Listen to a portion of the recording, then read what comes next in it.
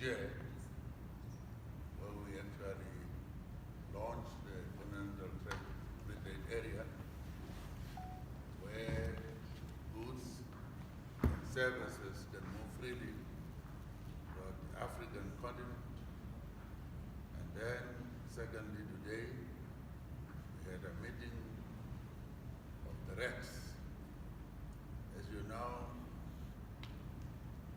before AU was formed in 1963, there were two camps.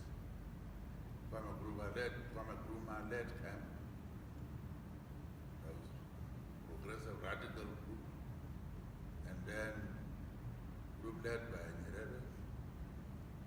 And Kwame Nkrumah was saying he wants to have immediate African government. Nyerere was saying we must go slowly, and therefore eventually Nyerere was saying we must first deal with the regions so we can integrate and harmonize our regional approach and eventually to move on. So we agreed to have continental government one day, but now we must harmonize our practices and so on. Hence we have REX, and it was the first meeting for this REX to go and report. It's an excellent meeting.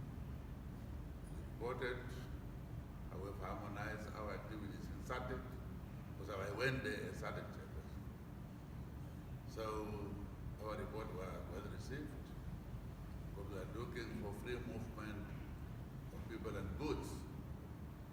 And therefore, within SADC, are they moving freely? We have some certain instruments.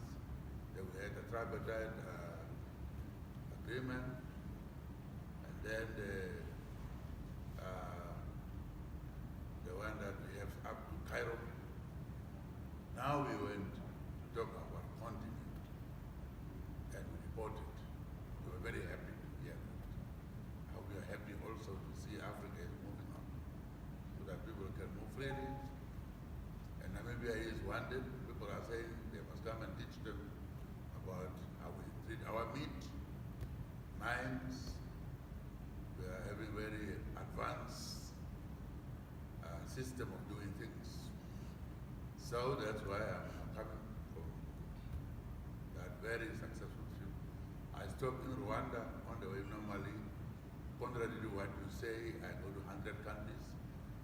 Being a good manager, I think I will combine trips. If I'm passing through a place and I'm going to New York, I stop in Senegal, count that as one country, and then from there to New York.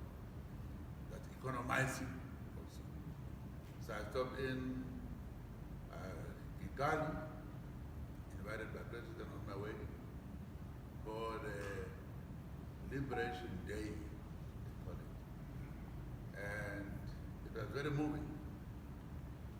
Very moving because the emotions of genocide, and then to hold hands after that, to mold that country, not to talk anymore about the tribe, about the race, it's outlawed, and therefore people are moving in the same direction. I hope we can stop talking about tribes, regions, which is now the current thing that, believe it or not, young people are the ones who are champions of that. So that is my report. You see, I hope you listen very carefully. I kept on saying with the government, the processes, systems, and institutions. By institutions, we are referring to courts. And we say we are going to have very independent courts. We don't interfere with the court's actions. So if the judiciary has spoken, I've just come back, as you see, we are meeting for the first time. And you also must have learned, contrary to what some of you say, I'm a very consultative person. So I have to consult my colleagues. Here they are. And you to hear from us. You should also realize that what she has been found with is not a crime that she committed as a minister. It was during that time when she was a governor. But we allowed the courts, independent courts, when the case was brought up, deal with it. We didn't interfere. We didn't say, don't touch our minister, but she's a minister, so for a crime or whatever she has done, it's a governor. So, process is still on. I'm just coming back. We're going to consult with legal people, and then we'll announce ourselves. Since you are the acting president, let's do things systematically and methodically, please. I did say already that we believe in processes, systems, and institutions. And what I refer to institutions are the courts. And I did emphasize that the courts are independent. And therefore the case was brought, tried, and she was found guilty. You wanted to try people in the street. You want to big so-called big fish to be grabbed as they're walking. It will be a lawless society. So I hope you are happy. You are saying ACC is toothless. So I think it's for you to now go and have editorials now, to correct yourself. You become enemies. I'm going right now from here. You are going to consult with her? Not consult her, to go and see her and say, be strong. This is what we are fighting for. You went for justice to hear the outcome. You got it now. Okay. Are you saying if a person is your friend, your colleague, when they are arrested and put in jail, you don't even visit them? That's what you do? Arrested or sick or not in better condition. Country which is kind of Pan-African, appreciating what other people have done for us. And therefore, Namibia is welcoming Africans, welcoming investors. Of course, sometimes we are tougher on Africans because of what we suspect. Some of them are criminals and so on. Before they are tried in the courts, we found them as guilty, they are criminals. But still, Namibia is an open society. People admire how we do things in Namibia. So definitely, we would like now our business people to seize the opportunity. They think Namibia has very good business people. They are experienced, like the meat issue in West Africa and so on. They don't have meat industry or fishing industry. We have fishing industry, one of the best, well managed, and they want to learn from us. They were also saying, we must also come and advise them on the mining sector. So doors are open. We are unlocking the doors for you as politicians. Now it's over to the business people. Go and ask them now. Now that this has happened, are you going to seize the opportunity? We don't rush things. What do you want me to say now? Really? I answered you. We do things methodically and systematically. You follow procedures. You do consult. What do you want really me to say now? What could have been your answer? Because I don't understand the issue. I'm not in that position. I gave you the answers. Was found guilty in the court, in a competent court of law.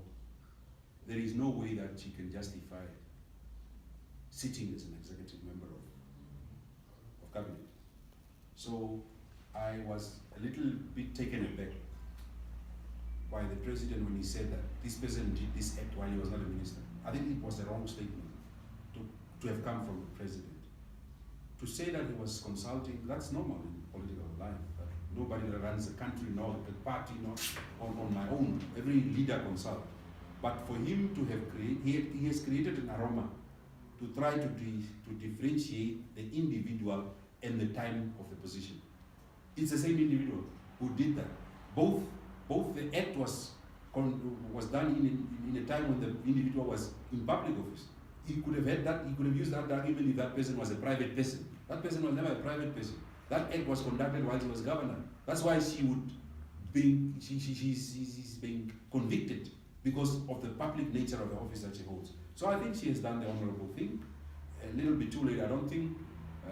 From the reports that I was reading, because I was outside in the peripheries, as I'm telling you, I think that the president should have acted earlier than her own resignation, because it was a foregone that if you are convicted in a competent court of law, even if you are going with the legal process of appealing, you cannot serve public office. There must be ethics in public office. She's a great sister of mine, a great friend of mine personally, but rules are rules. If you're running society, you must run the society on the rules. So she has come a little bit too late to her own rescue, because I read an article by the Sun saying that she won't quit. I don't know how authentic that is, but the president should have acted, calling her in and telling her that the government can no longer take you. Because if we create a president where we are saying all of us are not guilty until proven guilty, now when you are proven guilty, there is no justification to serve public office. So it's a sad case, but we should all learn from it. All public individuals, it happens, and it happens now with the vice president of Argentina is serving 16 years in prison. So it is happening with more and more high-profile people.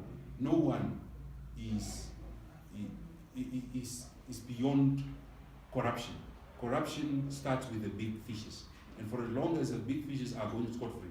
What pains me more on this matter is that those that have stolen 600 million of the GIPF money are running scot-free. The prosecutor general is saying she doesn't have evidence to prosecute these people. Katrina has changed the list. It's wrong that she has done. In fact, even my own party members that were discriminated because of political allegiance. That is wrong. But Katrina's offense, comparing to 600 million stolen in this country, and I'm surprised that members of the media, you have, besides the Republican, you were the only person who wrote a story about the press conference that I had about the PG, that the PG is not working in the interest of the country by saying that there is no evidence to prosecute over 600 million. Those that have taken SME money, what are we saying about it? Those that have really taken the loot, those that have increased the tender of the oil storage facility, those that have increased all these tenders in this country are lying idle. Yes, Katrina has taken her bait. Today, she was wrong, she was convicted, but what about the major cases in this country? Why are we quiet about it? Let's start with the prosecutor general. She must walk the talk. Tell this nation, why is there no evidence? If people have borrowed money, and the companies are known, individuals are known, and yet you are telling us you are not able to prosecute over 500 million. 600 million that could have serviced urban areas with lighting, that could have given water to people, that could have given sanitation, is going unaccounted for. All the prosecutor general says she has no evidence. What evidence do you need if Sakeus Iikela borrowed money and he never paid back, and he's known, and he has become a wealthy man? Go after those assets. So PDM is not in support. We have already spoken to lawyers about the case of the prosecutor general. We are being advised that it is a very tricky ground, because the evidence that we need to prosecute the prosecutor general is the same evidence that the prosecutor general has. So if we get that evidence and she says those evidence is not enough, it will weaken our case. We have already tried to take this matter on, but on the public domain, we will not keep quiet. That yes, Katrina has gone because she has done a mistake. But those that have stolen 500 millions of dollars, they are being promoted over and over. Some of them are sitting in key government senior positions. And in the next few weeks, we will expose them one by one. We will expose them one by one, calling them by name. Because we know that who has really practiced corruption in this country. But today, people are mum over it. Katrina, yes, she has done wrong. She's taking her bite.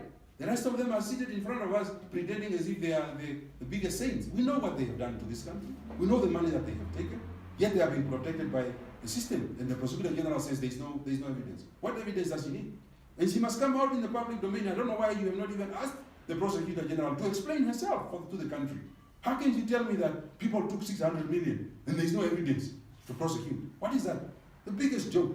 Thank you.